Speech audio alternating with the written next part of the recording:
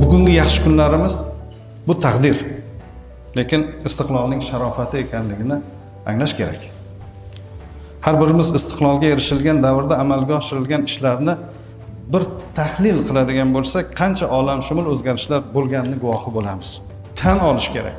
2017-yildan boshlab O'zbekiston Respublikasida iqtisodiyot deymizmi, ijtimoiy hayot deymizmi, barcha jabhalarda keng qamrovli islohotlar boshlandi. Yaqinda mamlakatimizda oxirgi yillarda olib borilgan islohotlarning ro'yxatini tuzishga harakat qildik. Natijada 70 dan ortiq juda katta islohotlar jamlanmasi paydo bo'ldi. Biz ham buncha ko'p ishlar amalga oshirilganini sezmay qolamiz. Masalan, majburiy mehnatning bekor qilinganligi. Qachon biz ta'lim ko'rdik? 2 oy paxta, 1 oy paxtaga tayyorgarlik. Undan keyin 2 oy paxtadan qarzni yig'ishtirish. O'zi oliy ta'lim degani majburiy mehnat bilan qabuldan iborat edi. Biz 6 oy qabul bilan shug'ullanardik, bir 4 oy paxta bilan shug'ullanardik, qarabsizki o'quv yili tugar edi.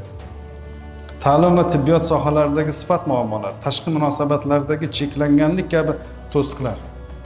Bizga birov o'qitirish shart emas. Bobotog'ga bordim men, Bobotog'ga. Uzundan keyin o'tib ketar ekan. Bitta daryo oldin ko'prik bo'lgan Tojikiston bilan O'zbekiston xalqi bir-biri bilan bordi keldi qilib quda bo'lib ketganda, ko'prik bo'lgandan keyin quda anda bo'ladi. Bunisi bu yoqqa bozorga o'tadi, bunisi bu yoqqa keladi. Bu yopiq siyosatdan keyin ishonasizmi? 6 oyda ham viza hujjati tayyor bo'lmas ekan, Toshkent orqali aylanib borish kerak ekan, bora olmay daryoning ikki chetida u kelin bitta do'ngalakning ustiga chiqqan qo'lida telefon, bu yerda onasi bir do'ngalak ustiga chiqqan qo'lida telefon, bir-birini ko'rib ko'zida yosh bilan gaplashyapti. Ko'rib kelganman. Mana bu tashqi siyosatdagi bizni muammolar. Balkim o'sha payt davrning taqozosi edi. Men mamlakat katta siyosatiga baho bermoqchi emasman, lekin voqelik shunday edi. Hayot shunday edi. Mana shu to'siqlar bosqichma-bosqich hal etilib, jadal islohotlar amalga oshirildi. Mana shu tugunlar yechilgani uchun kuni kecha muhtaram prezidentimizga Tojikiston Respublikasi prezidenti, Qirg'iziston Respublikasi prezidentlikka mana shu hamjihatlikni ta'minlaganlari uchun Tolstoy nomidagi xalqaro mukofot berildi. Bugun dunyo e'tirof etyapti. Markaziy Osiyoga Mirziyoyev fenomeni, ya'ni 5 ta respublika qanday qilib bular iqtisodiy, siyosiy barcha nuqtai nazardan birlashib ketdi. Integratsiya jarayoni kechayapti. Suv muammolari barham bo'ldi. Ko'z tegmasin, bunga qancha fitnachilar, tashqi kuchlar hozir ham ta'sir qilyapti, qilishga tayyor. Juda ko'p to'planib qolgan tizimli muammolar, yopiq iqtisodiyot yopiq edi. Garchi bizni savdo balansimiz ijobiy edi, ya'ni eksport, importdan ko'p edi, lekin iqtisodiyot yopiq edi. Ma'muriy to'siqlar, valyuta bozorining erkinlashgani, plastikda oyligimiz masalasi biz uchun muammo esdan chiqib ketdi. Pensioner 20% yo'qotardi plastikidan naqd qilib olish uchun. Oyliklar oshdi.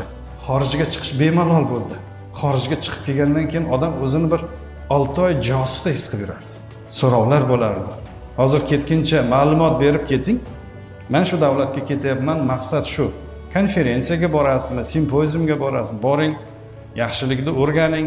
Boya aytganimdek kamchiliklardan xulosa qilib shukrona qilib qayting. Kim sizga hozir to'sqinlik qilyapti? Oliy ta'lim muassasalari moliyaviy mustaqillik berildi. Universitetlarda imkoniyati hozirgidek emas edi. Hozir eng katta qavatli 9 qavatli, 7 qavatli binolarda hammasi universitetning o'z moliyaviy manbalari hisobidan qurildi. Tasavvur qilyapsiz? Mana shuni o'zi menimcha yaxshi misol. Umuman olganda hayotimiz raqamlashib, qulaylashib bormoqda. Qabul vaqtini sezmay qoldik.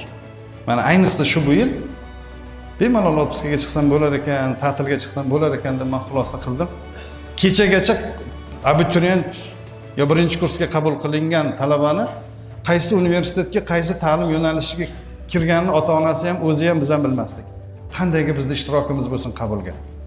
Test bo'ldi, testdan keyin 2 haftadan keyin u ta'lim yo'nalishi bilan qaysi universitetda o'qishini belgiladi. Ungacha bo'lgan jarayonda bizga ish qolmadi. Hujjat qabul qilgan bo'lmasak. Bu kabi islohotlar ko'p bora aytilgan, lekin eslab turmasak, esimizdan ham chiqib ketadi. Kechangi kunni unutib yorish insonga xos o'zi. Biz inson so'zini lug'aviy ma'nosi biri ham unutuvchi degan ma'noni beradi. Uzoqqa bormaylik. shunday ko'chaga chiqaylik, hozir kelguncha men ko'z tegmasin deb kirib ketdim. Mana bu San'at saroyi avtoturargohi mashinaga liq to'lgan. Men bu yoqqa tadbirni qilib, undan keyin bir choy dasturxonini yaqinroq joyga qilaylik, bugun bayramona bo'lsin. Avtobus qo'yaylik desa, meni prorektorlarim aytayapti, avtobus qo'yishga hojat yo'q davlat. Qariyb hamma o'qituvchida mashina bor hozir. Termiz shahri yil bo'yi hozirgiday ko'klam bo'lganmi? Men shaharni yaxshi ko'rib ketyapman. Oldin Toshkentda havas qilardim. Ko'm-ko'k hamma joy. Bir kun ikki kun changimizda aytmasa agar, shahar kecha beton edi hamma joy. Bitta buta ko'rmasdingiz shaharga. Bitta oshxona topolmasdingiz. Bir imkoniyat degan, Azizbek degan, endi o'ylasam ular kafe maqomida ham emas. Eng zo'r boylar kiradigan shu edi. Biz talabamiz, mana shu ikkinchi yotoqxonada turamiz, stipendiya olgan kuni o'tib grechka yeymiz. O'shada grechka pishiradi. Ana shunday eng zo'r restoran shu bo'lgan demoqchiman. Hozir qarang, bir tadbir o'tkazamiz desak joy tanlaymiz. Ko'chalar obod. Kishqonlari universitetimiz kampusini bir aylanib ko'rdingizmi yaqin orada? Go'zal va zavqli kechayotgan talabalar hayotini his qilasiz. Mana shu parkka yurishga hojat qolmagan. Universitet kampusida kechga bir aylaning, stadionda bolalarni sport bilan shug'ullanganini ko'rib bir zavqlanasiz. Yotoqxonaning oldida o'ynayotibdi diskoteka qilib. Skameykaga o'tirib suhbat qilyapti, besetkada o'tirib mushoira qilyapti. Kimdir do'konning oldida muzqaymoq yeb o'tiribdi. Umuman shahar ichidagi shahar kichikroq, obod, yam-yashil shaharni ko'rganday bo'lasiz. Bir paytlar hozirgi stadionimiz, sport majmuasi, axborot texnologiyalar fakulteti binolarining o'rni odam kira olmaydigan tikanzor, yantoqzor bo'lib yotgan edi. Nimaga? Sobiq ittifoq davrida menimcha bo'lgan fundament, poydevor qilingan, betonlar qo'yilib qolib ketgan qurilish, bu tuproq bilan ko'milgan, yoqqa bir narsa ekib bo'lmas ekan. Shunday yotardi tikon bosib. Bir narsa ekaylik desam, yoqqa ekib bo'lmaydi.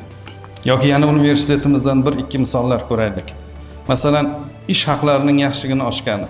2017-yilda kelganimizda universitetda ish haqi maktab oyliklari bilan deyarli bir-biriga yaqin edi. Ilmiy darajasi borlarida farqi yo'q edi. Shuni hisobiga 7-8 yillab hech kim ilmiy ish yoqlamagan edi. Yosh ulug'lar dekanlarning gapini aytaman men hozir. Dekan lavozimidagi odam faqat qaydnomaga qo'l qo'yib berardi. Olmasdi oyligini. Tashkiliy masalalarga ketardi pul. Universitet bo'yicha umumiy olganda ish haqi fondi 2023-yilda 130 milliard, 2024-yilda 137 milliard, 2025-yilda juda katta skachok 151 milliardga chiqyapti. Bu 2023-yilga nisbatan 2024-yilda 6%, 2025-yilda 16% ko'payganini bildiradi. Bir narsaga e'tibor qarating, o'qituvchilar soni 20-30% gacha kamayganiga qaramasdan ish haqi fondi oshib bormoqda. O'qituvchi kamayyapti, lekin umumiy ish haqi fondi ko'payib boryapti. So'nggi 2-3 yilda narxlar juda qimmatlashib ham ketayotgani yo'q. Biz narxlarni doim bog'laydigan dollar kursiga kelsak, aksincha dollar kursi tushib boryapti hozir. Inflyatsiyaning o'rnini qoplash uchun har yili oyliklar oshirilmoqda. Demak, farovonlashyapmiz. Buni shunchaki balandparvoz gaplar sifatida aytayotganim yo'q. Bir necha argumentlar keltirmoqchiman. 2017-yilda kelganimizda universitet bo'yicha hisoblab chiqilgan o'qituvchilar va xodimlardan jami 50-60 ta avtomobil bor edi. Men eslayman. 2017-yilda o'qituvchilarda shunday 50-60 ta mashina bor edi. Buning ustiga ko'pchilikda eski holatda edi. 2021-yillarda bu miqdor 200 dan oshiqni tashkil qildi. Mana qisqa vaqtda hozir agar xodimlar, texnik xodimlar bilan qo'shib hisoblaganda jamoaning yarmida mashina bor. O'qituvchilarning orasida mashinasi yo'qlar juda kam. Uysiz qiynalib yurgan ijtimoiy soha vakillariga uylar olish masalasi qo'yildi. Bilasizmi, Termiz universitetida uyi yo'q o'qituvchilar deyarli topilmadi. Bir paytlar 15-20% o'qituvchilardan tashqari hamma ijarada turardi. Shu 5-kichik dahada, 4-kichik dahada sanoqli beton uylar bor edi. O'shani olgan qahramon edi, qolganlar ijaraga turardi. Ijaraga turish bu bir odatiy hol edi. Yoki eslab ko'ring, avvallar universitetimizda qancha kishi xorijga borib kelardi. Qo'ldagi barmoqlar sonicha ham chiqmasdi. Xorijiy hamkorlikni rivojlantirish, tajriba almashish maqsadida birgina 2024-2025 o'quv yilida jami 260 nafarga yaqin professor, o'qituvchilar va xodimlar xorij xizmatda safarda bo'lishdi. Bir yilda 40% dan ko'p professor, o'qituvchi xorijga chiqib kelyapti. Yana bugun hisobladim, 18 ta o'qituvchi hozir yo'q xorij safarda. Minskda, Turkiyada, Koreyada, Xitoyda va hokazo. Bu faqat o'qish vaqtidagi rasmiy tashriflar haqida gapiryapman. Endi ta'til vaqtida professor, o'qituvchilarimiz sayohatga, ziyoratga, davolanishlarga ham borib kelishmoqda. Bilishimcha, bu yilgi ta'til vaqtida 50 nafardan ortiq o'qituvchilar xuddi shu maqsadda chet ellarga borib kelishdi. Xorijga sayohatga chiqish tushimizga ham kirmas edi. Sayohatga biz byudjet ajrata olmasdik. Hozir bir sayohatga chiqib kelish o'rtacha 1,5-2 ming dollar bir kishiga kerak bo'ladi. Yo'li, mehmonxonasi va hokazo. Lekin biz o'zimizga shuni qila olamiz-ku? Faqat rahbarlar chiqaradi. Bunday ijobiy natijalarni yana ko'plab keltirish mumkin. Mana shu natijalar istiqlolning, qolaversa muhtaram prezidentimizning siyosatlarining mevasi. Bizdan faqat shukronalik, yurtga sadoqat, fidoyilik, samaradorlik va mehnat talab etilmoqda. Bularni aytganim hozir yaratilgan sharoitlarga, avvalo taqdirga, qolaversa mana shu muhtaram prezidentimiz, hukumat, vazirlik, rahbariyatga haqqiga bir duo qilib, hayotingizdan shukur bo'lib yashashingizni xohlayapman, xolos. Ne'matni qadrini biz keyin anglaydigan bir yomon odatimiz bor. Yaxshi odam, yaxshi deb e'tirof etilishi uchun yo ishdan ketish kerak, yo o'lish kerak bizda. Keyin aytamiz, shuni davri zo'r edi. Mana bunaqa ishlar bo'lgan edi, mana bunaqa bo'lgan edi. Yo'q. Biz bugun bir-birimizni qadrlaylik.